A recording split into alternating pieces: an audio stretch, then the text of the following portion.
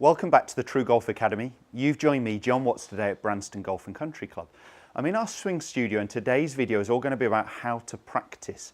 I want you to maximise your time you spend on the range. I get a lot of golfers spending time on the range but not doing it very productively, so I want to give you a few key points on how you can make your practice better to obviously perform better when you're next out on the golf course. Stay tuned to find out more.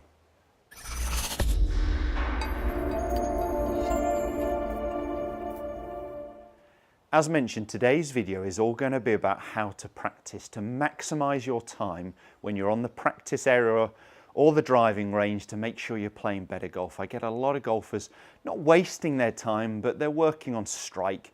They are perhaps building some confidence through better contact, better shots, but they're not really picking good enough targets. They're not really separating the balls. They haven't got a purpose between each of them. So I really want you to make sure you're maximising your time. I was lucky enough to spend a little bit of time listening to a guy called Dave Aldred, who's a performance coach, who's worked with sportsmen and women from a variety of sports, not just golf. But he talks about actually separating your practice balls in sort of rows of 5s or 10s. And having a real purpose between each of them. So we might do 5 technical, 5 natural, 5 technical, 5 natural. Now the amount of technical to the amount of natural should change depending on the time of the year, the season. You know, whether you've got a tournament coming up on that weekend or not. In the winter time, in the off season, it might well be that you're actually spending a little bit more time on technical exercises, so doing certain drills or slower swings. Whereas as we get more into the golfing season, that percentage may change and it might end up that we're more like 50-50 or potentially even a little bit more natural. So I'd break the balls up and have a purpose. So you'd have a certain amount to warm up with. Then it may be a technical exercise that you're working on for the next row of 5 or 10. Then we're going into, okay, this is going to be a technical drill. Did I say technical already? Technical, then natural. And we're just going back and forth. When we're doing our natural shots, I want you to vary the club. I want you to vary the club randomly. I find too many golfers start with, a practice club. So it might well be that you generally use a mid-iron, a 7-iron in your practice. But we don't want to end up with a club that this is always your practice golf club. We want to be able to vary. We want to be able to change it. And randomly, I wouldn't go from the shortest through to the longest. I would actually go from a 6-iron to a driver to a wedge to a hybrid. Do it like you're doing it more on the golf course. So do it a little bit more random. Don't get stuck into this is my practice club or this is my favourite golf club. So when we're doing our natural shots, we're not working on our technique so much. What I would want you to do is make it more golf course orientated. So when we're doing our natural shots, I really want you to go more through a routine, i.e. picking a different target each time, not just going where the mat's pointing. You're picking a target over here, over there. It doesn't have to be something you can reach. It's just something you can go towards. Standing back on that line, picking intermediate targets. I want you to imagine you're on the golf course and going through that. And as I said, at least every 5 shots, I would then vary the club. If not, actually every couple of shots. You could do it even quicker for me rather than actually waiting to change the club. By all means, do a couple of shots, change the club, change the target each time. The technical exercises I'm not going to go into because it depends what you're working on. That is where you need a PGA coach. That is where you need some advice to what you're going to be working on. So if you know what your faults are, then obviously you know what you're working on and what drills you should be implementing into your exercise, into your practice. If you don't know that, you need to make sure you're having some lessons. I obviously do offer online lessons as well, so if I can help, the details are on my website and the info's coming along the bottom of the screen now.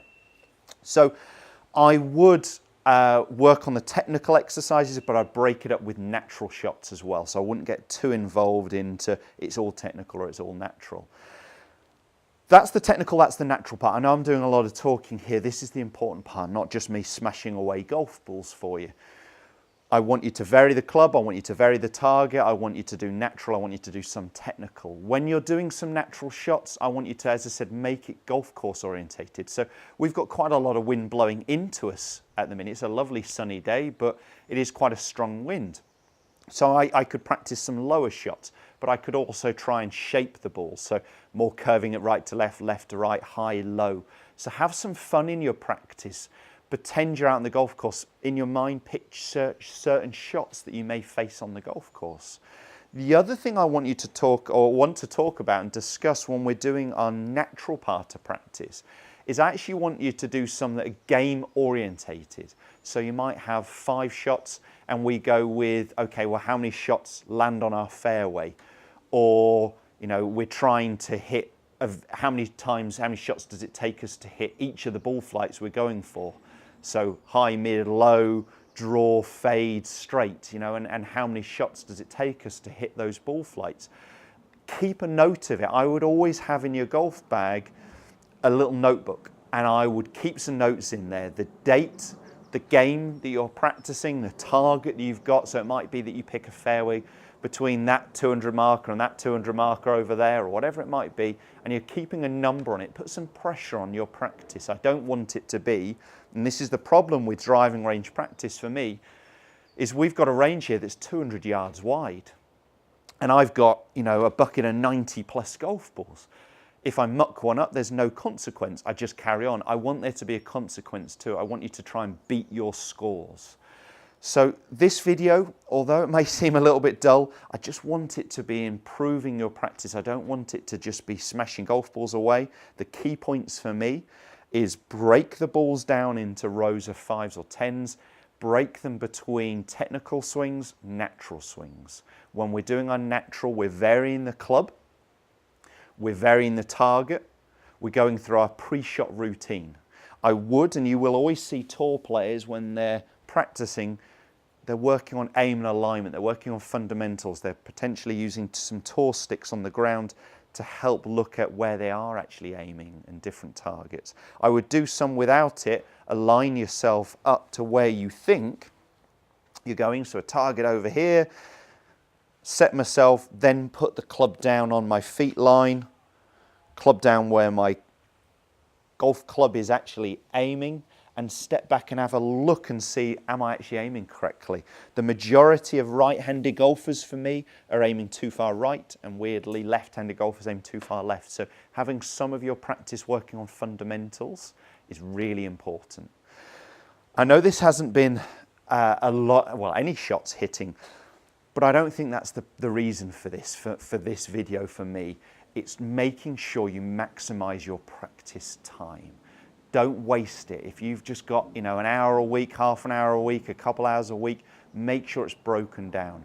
I also, the last thing I want to finish on is try not to hit shots after shots and have hundreds and, you know, thousands of golf balls in your practice.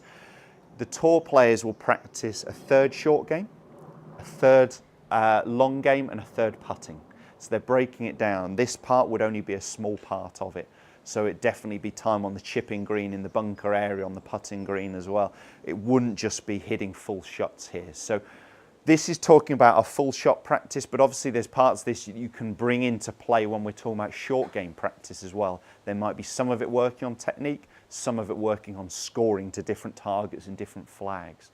I know if you can maximize your practice time and follow these few key fundamentals, it's definitely going to help you next time you're on the golf course. You will feel more prepared.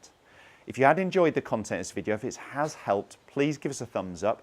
Do post some comments and questions below. It's great to get your feedback from any of these videos, and make sure you subscribe to the channel. It is for free, and new content every Tuesday and Thursday at 5:30. Thanks guys, we'll see you soon.